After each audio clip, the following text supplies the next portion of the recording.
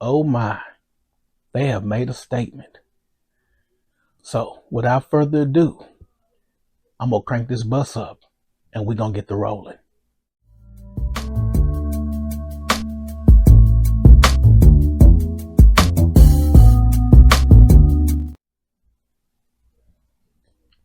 Hey, I know it's getting close. Christmas is right around the corner. I am a huge Transformer fan. Been a Transformer fan since I was a kid. But the one thing I did not like was Decepticons. But I had to pick up two on the way to the bus barn. On the bus with us today, Chiney and Nneka Ogwumike, the former president of the Players Association in the W, and the current president of the Players Association in the W. These two Decepticons do a lot of talking. And Nneka made a statement, and they issued a statement saying they were going to go with the extension. Or did they make a statement saying they were going to go with the extension? See, everything with this group depends on which lens you're looking through it. If you're on the up and up, you know that the Players Association, the players, did not make this statement. If you're on the up and up, you know that Unrivaled really made this statement. We know that over here. That's why I said the Players Association, which is supposed to be the players, didn't really say jack. But first, I want to talk about Chiney. See, Chiney was the president when they got a bad deal before, when she was playing, and she was over everything. See, she doesn't talk about that much. See, and they took L's. They gave up a lot, didn't get a lot of gains. Got a few modest gains, a few gains here and there, with pregnancy and such and so forth, and maternal leave. They got that. Small gains, but nothing significant. Think about it. They've bargained at least 5 contracts, and they've never had a roster expansion, because a roster expansion really doesn't matter to them. But Nneka came up with a slideshow, and we're going to break that down. But if you remember last year, the reason why I call them Decepticons, they talk about the physical play. They talk about they hate it. But this was last year when it involved Caitlin Clark. Pay attention. So this is my State of the Union WNBA edition. Let's start with the play. For those who may be new to this, the WNBA has always been a physical league, full of competitive fire and trash talk. And on the full sequence of that play, Caitlin was talking. And in this league, no one backs down to trash talk. Now, I have played with Kennedy Carter, and her choice to retaliate on a non-basketball play was literally foul and something that she has struggled with her entire career. That was not okay. But one player's approach is not indicative of an entire league. One player's approach, and mind you, this happened numerous times last year. No accountability, and putting the blame on just one player when it was the entire league. But we're going to let her continue. All rookies, especially number 1 picks, I know what it's like, have been tested mentally, physically, emotionally, from Candace Parker to Sabrina Ionescu to Kelsey Plum to Skylar Diggins-Smith. And a few days ago, Alyssa Thomas was just ejected for a hard play on Angela Reese. Plays like this happen in sports, but now it's being used to further agendas. A choke slam is a normal play that happens in sports.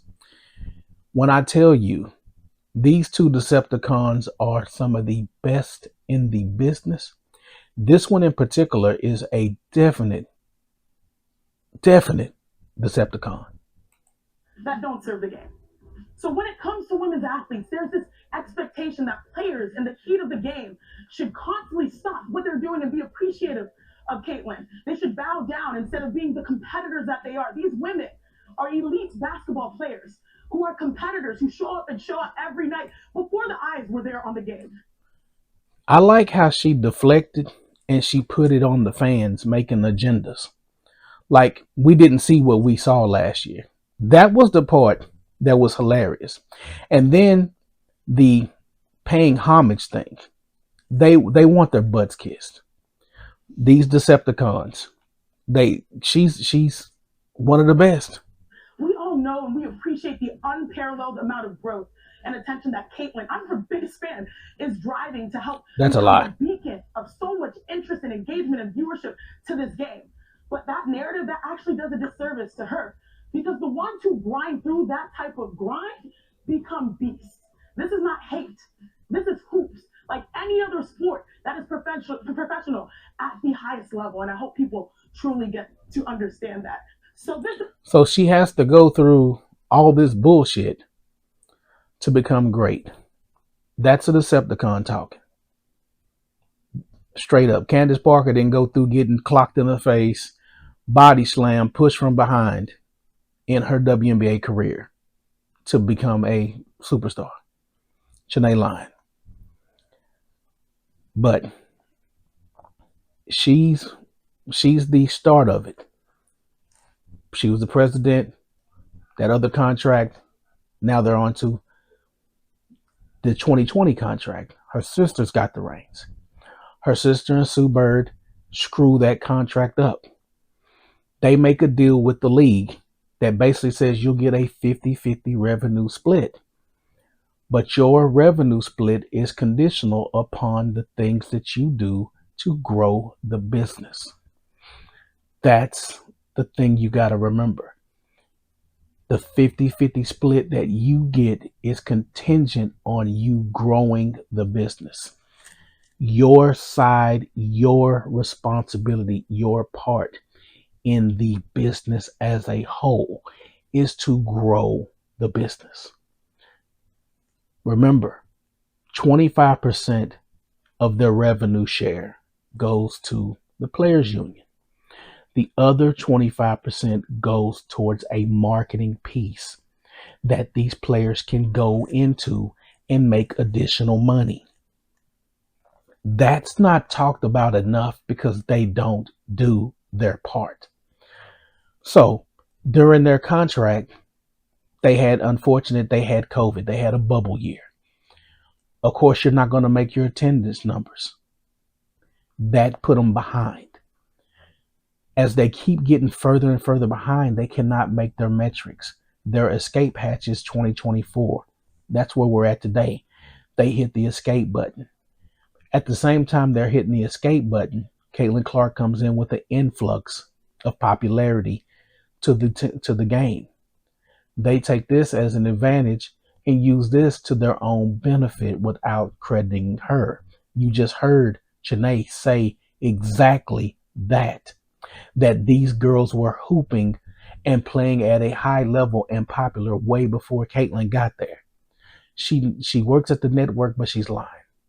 She knows she's lying, but she's bargaining now. This was right after the Kennedy Carter, so this was like in June of last year. They're already prepared to opt out of the deal. They know they're going to opt out of the deal. She is the vocal mouthpiece, the con artist that is on TV, while her sister is the con artist that's in office. So now we let Chiney off the bus. It's only Nneka.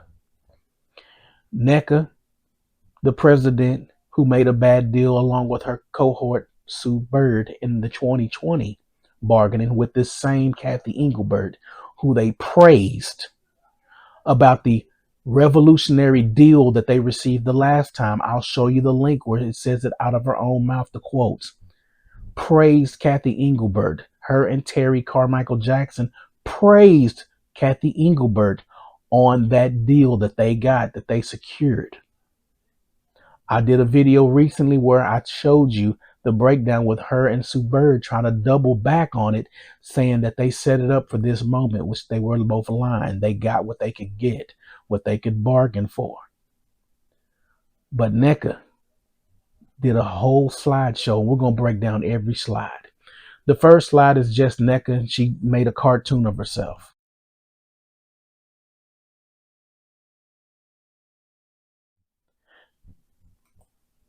But the second slide is this. Read this.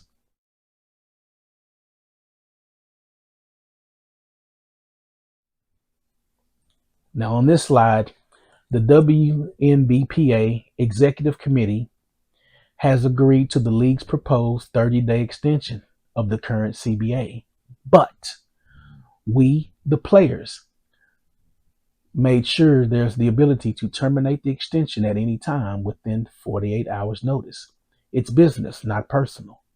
It's clearly about trust. And then in small writing, she put basically, we're keeping the pressure on to prevent things from going in circles. It's business, not personal, and clearly about trust. Now, the reason why I say the players haven't really put out an official statement saying that they have extended with the league is because if you read the very first line of this statement, and it was also put out with the Players Association's website as well. I mean, on their Instagram. The WNBPA Executive Committee has agreed. The Executive Committee has agreed, not the players. Once again, Nneka is a con artist too, aka a Decepticon. Earlier this week, their senior advisor, legal counsel, Aaron D. Drake, said on a podcast, we can go back and pull up the tape. She said the players will decide by vote if we're going to extend the deadline. So, only a few people voted on this. Their names are not Ari McDonald. Their names are not Alyssa Peely. Their names are not Chloe Bibby. Their names are Brianna Stewart, Nafisa Collier, Nneka Ogwumike, and Kelsey Plum. Those are the ones that decided we're going to do this with a caveat. But the players, we the players, now it's a we thing. That's the devil in the details. That's why the league didn't just jump out and you didn't see it on any league website. It ain't even on the WNBPA's website. It's on their Instagram page, buried, because they know it's fluff. Now that's slide 2. Let's go to slide 3.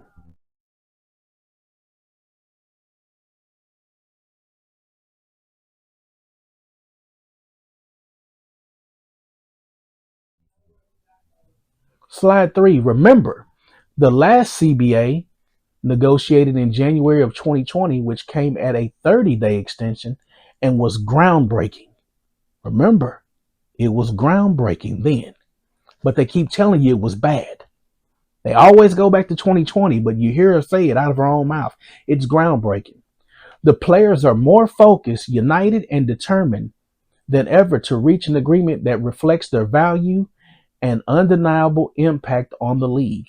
And the little girl is saying, don't get it twisted, y'all, we're not folding. And she shows a picture of Kathy Engelbert and them all, Terry Carmichael Jackson, and some other union reps in the picture. Because they made an agreement. They came to terms. They were happy with the deal. That's slide 3. Slide 4.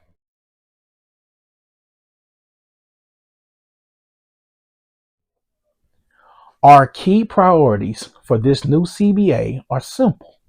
Can't be. Replacing the current fixed salary system with a model that ties their salaries to a meaningful share of the revenue that would not exist without the players' labor. She got the players' labor highlighted. A requirement of the professional facilities and essential resources for all teams. Number three, protections that honor the players who built this league while setting up the next generation for success. And then in parentheses or brackets, retirement, pregnancy, etc.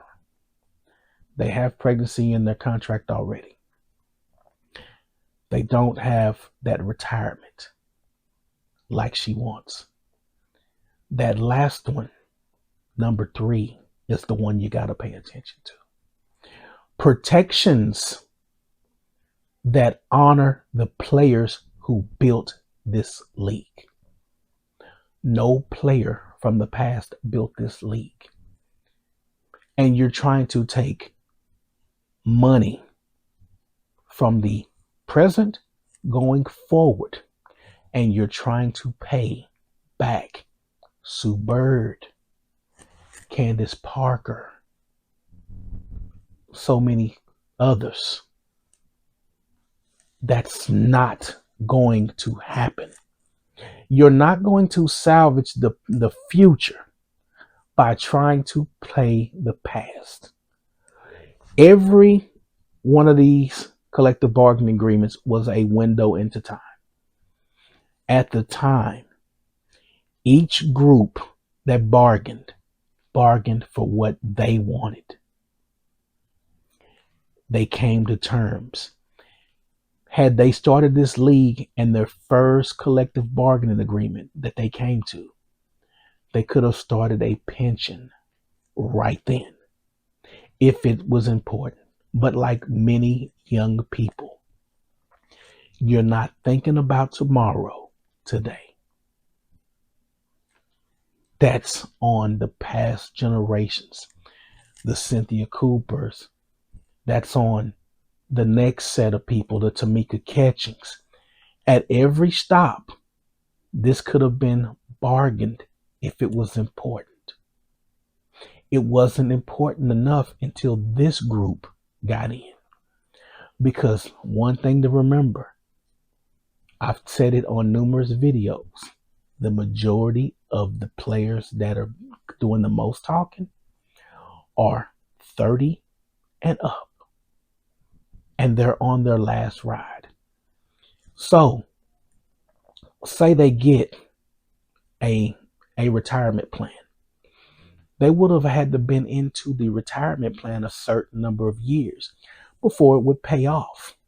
They're not going to backfill your time and title from the time the Nneka came into the league, when Skylar Diggins-Smith came into the league, when DeWanna Bonner came into the league. You think they're going to pay DeWanna Bonner for 14 years of play on a 1-year deal into a new contract? That's not going to happen. That doesn't happen anywhere. That's not going to happen. I agree with her on number two to an extent. Getting the facilities for training up to date, it's not going to be standard across the board. Every team's totally different. Every team's money is different. Every team's resources and where they can build is different. That's just it. Teams that are solo, that don't have a NBA connection.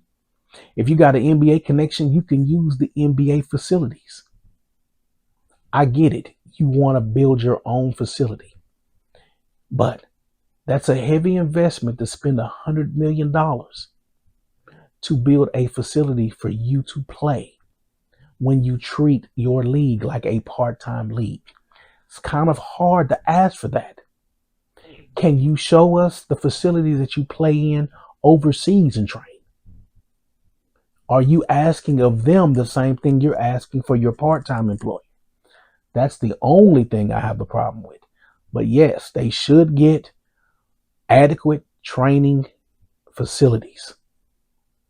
The Chicago Sky should not be sharing a facility with a YMCA league, but the players are at fault with this too. You haven't built your league to the point where you should be playing at the United Center. You should be training and practicing where the Chicago Bulls train and practice. That's the way it's supposed to be. The WNBA teams were supposed to be an anchor of the NBA teams. Somehow, since y'all decided not to build your league, you fell off the wagon. The first point they said, a revenue model that ties the salaries with the growth of revenue. Once again, the owners of the league, they want to see that you're committed to building the league. If I'm going out to get all the money for the league, to grow the league, and you're sitting back doing nothing, I'm not going to share that piece of the pie. If I'm going to get a new franchise and get new people to buy in to building teams to give you jobs and opportunities, I'm not going to share the $300 million that it takes to get a franchise in Houston, to get a franchise in Miami, possibly. I'm not going to do that. I'm not going to share a piece of that pie when you do not do your part. And that is the part that they're not saying. They're not telling you that they're not doing their part, because they're not. And it's in their contract now, and they don't do it. They don't do the marketing part. So that was slide 4. Slide 5.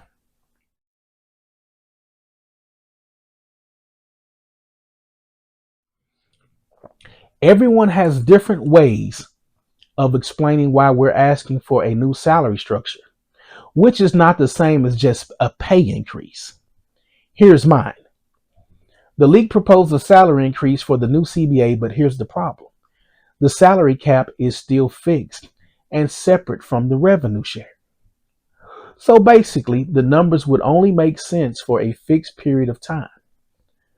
As our league continues to grow, thanks to y'all, our percentage of what we get from it will get smaller and smaller.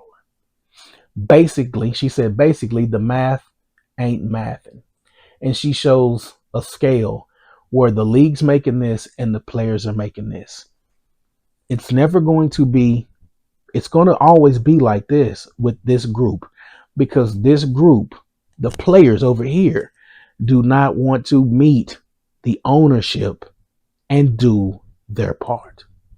That's the reason why they just can't get a 51-49, 50-50 split straight down the middle with no cumulative language in their contract, because these players do not build their league.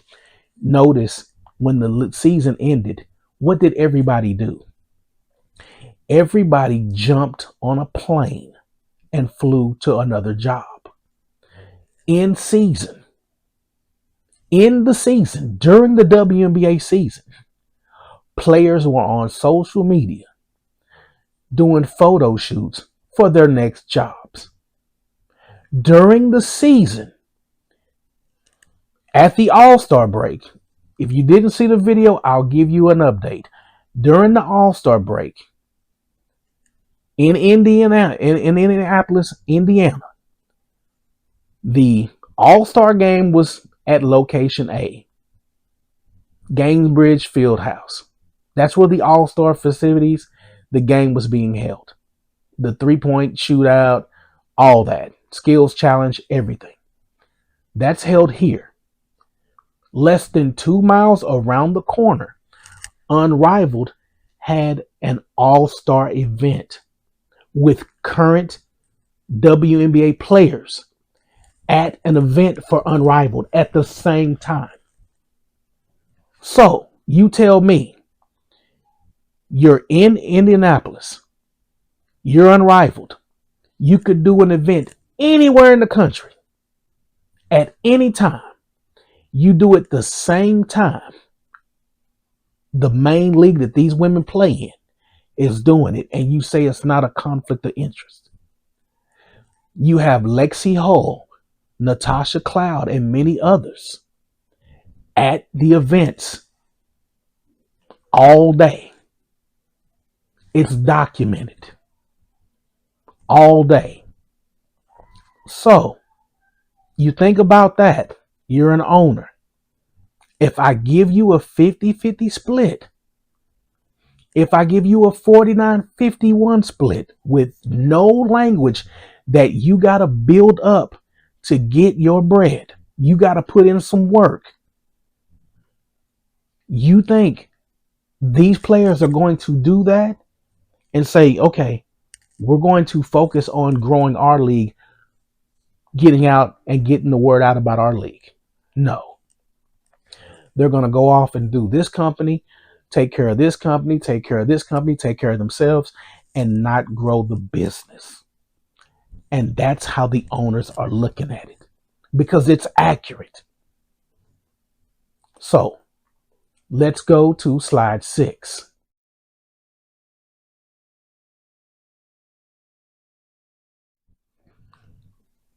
Slide 6 says the elephant in the room. Some other conversations that have come up in our new negotiation is league prioritization and how playing in other leagues is seen and permitted. The players just want to be healthy, hooping without hacking. And it has a picture of Unrivaled and Athletes Unlimited. Ask yourself the question.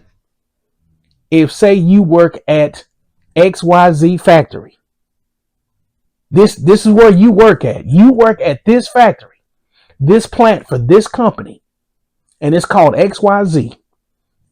I damn sure don't want my bargaining unit mentioning any other damn company at all during what I'm trying to get for my family. That alone tells you what you need to know. There's so many elephants in the room. These players would rather you pay everything that we want here, and we can go do what the F we want here, here, and here. Mind you, you work for XYZ. She goes off, works at the other place, blows her knee out. There's no compensation. There's no language in your contract that says Unrivaled is going to pay the WNBA on your behalf the money that they're going to miss from you not being there. No money from Athletes Unlimited. No language. And see, these players, like I said, these two women are Decepticons. They've been hearing us talk. They've been hearing us talk about Unrivaled. So now they're throwing Athletes Unlimited into the conversation to try to make it look like, okay, well, man, what about Athletes Unlimited? Athletes Unlimited is not challenging the WNBA. Athletes Unlimited is partnered with the WNBA. They're going to be shown on the WNBA's app. It's 5-on-5. It's right before training camp starts. It's a few weeks. Keeps them in shape. But Athletes Unlimited is totally different than Unrivaled. Unrivaled wants to be a rival company. Unrivaled is trying to be leverage they're trying to be the muscle for the Players Association in these negotiations. That's not going to work, but this was a nice try. The little person that she has says the players just want to be healthy, hooping without hacking. Let's look at the president in action. Brown's going to pull the trigger. And we got more contact down there. And Nneka does not like it, and she is pushed by Quinterly. And we're going to review everything here after the scrum. A lot of frustration right now. Seattle's hot. Nneka Ogwumike working and then gets held right here. You see getting held down. That's an old hook and hold And Nneka does not like that, and then gets into the face of Geisel's. Look like she like hacking to me. Looks like that gangster I talked about when I did that Noelle Quinn video. Remember when I said Noelle Quinn brought that gangster to Seattle?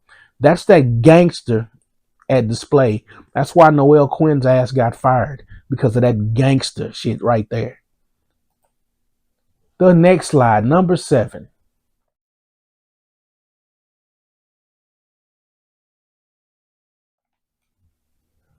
This is bigger than basketball. The little woman says, last time I checked, I have all 10 toes and there's business to be stood on. She's got her arms crossed, as you can see. So what's happening next? The players remain unified, negotiating in good faith with a focus on meaningful progress. We are committed to staying at the table for as long as it takes to get it right. And then the last one is just, and we want y'all as informed as possible as we go on next phase of the league. Let us know in the comments what else we should unpack. You ain't unpack nothing. Really to me, you kind of exposed yourself. It would have been better off just making the statement. This is the statement they made. This was the official statement.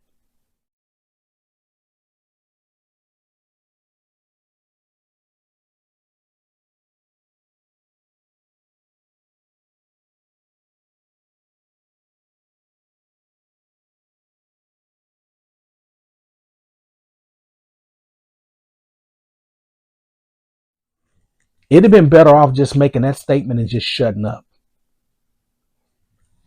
You're bargaining publicly. Yeah, you people got questions. If you go ahead and bargain at the table and get the deal done, we can go over the particulars of the deal after the fact. But during, you coming out every once in a while throwing out an Instagram post, new age bargaining has been as old as the time in life. Nobody bargains publicly and gets anything done. When you bargain publicly, it's a fluff show. It's to make the clueless people feel like you're doing something. Even the post itself on her Instagram hasn't gained any traction. Even the post on the Players Association's Instagram hasn't gained a lot of traction. You get a lot of likes from people that just want to support. No different than the NFLPA, the MLB, the MLS, all these bargaining units throwing support. That's what we do. We do support other unions. That's standard across the board. That's not even anything to even write about. If you thought it was something, it's basically a bunch of lip service. Those units aren't going to be in that bargaining room with you. Those units don't know the particulars of your financials. Those bargaining units don't know the company's financials. They don't know what you're dealing with. All they're doing is doing union to union support. That's it. But Nneka and Chiney are two of the biggest Decepticons in the WNBA. Two of the biggest frauds, one on TV and one the president of a union. And she's very dirty. Very dirty. Even just she's got a little hint of that gangster in her, and she wants a fight. She gonna get a fight. Unfortunately, gonna be a lot of people gonna end up suffering out of this bargaining negotiation. Like she said, 10 toes down. She gonna be 10 toes. 10 toes can get cut off too. 10 toes can get cut off. I've seen it happen. I've seen the best go in, smoking gun, and come out running. But I just had to break down her little her little slideshow. I had to get them on the bus. I saw them 2 Decepticons. I know some people like Decepticons. I'm an Autobot guy. Prime, Bumblebee, the aerial bots, and I'm good. I don't need Megatron, Galvatron, Starscream. Don't like Decepticons. I don't like tricks. But leave me your comments, your thoughts. Leave them below. Let me know what you're thinking. Until next time, I got to drop this lady off. She got a lot of work to do. She got some bargaining to do. Because right now, all she's doing is BS. Peace.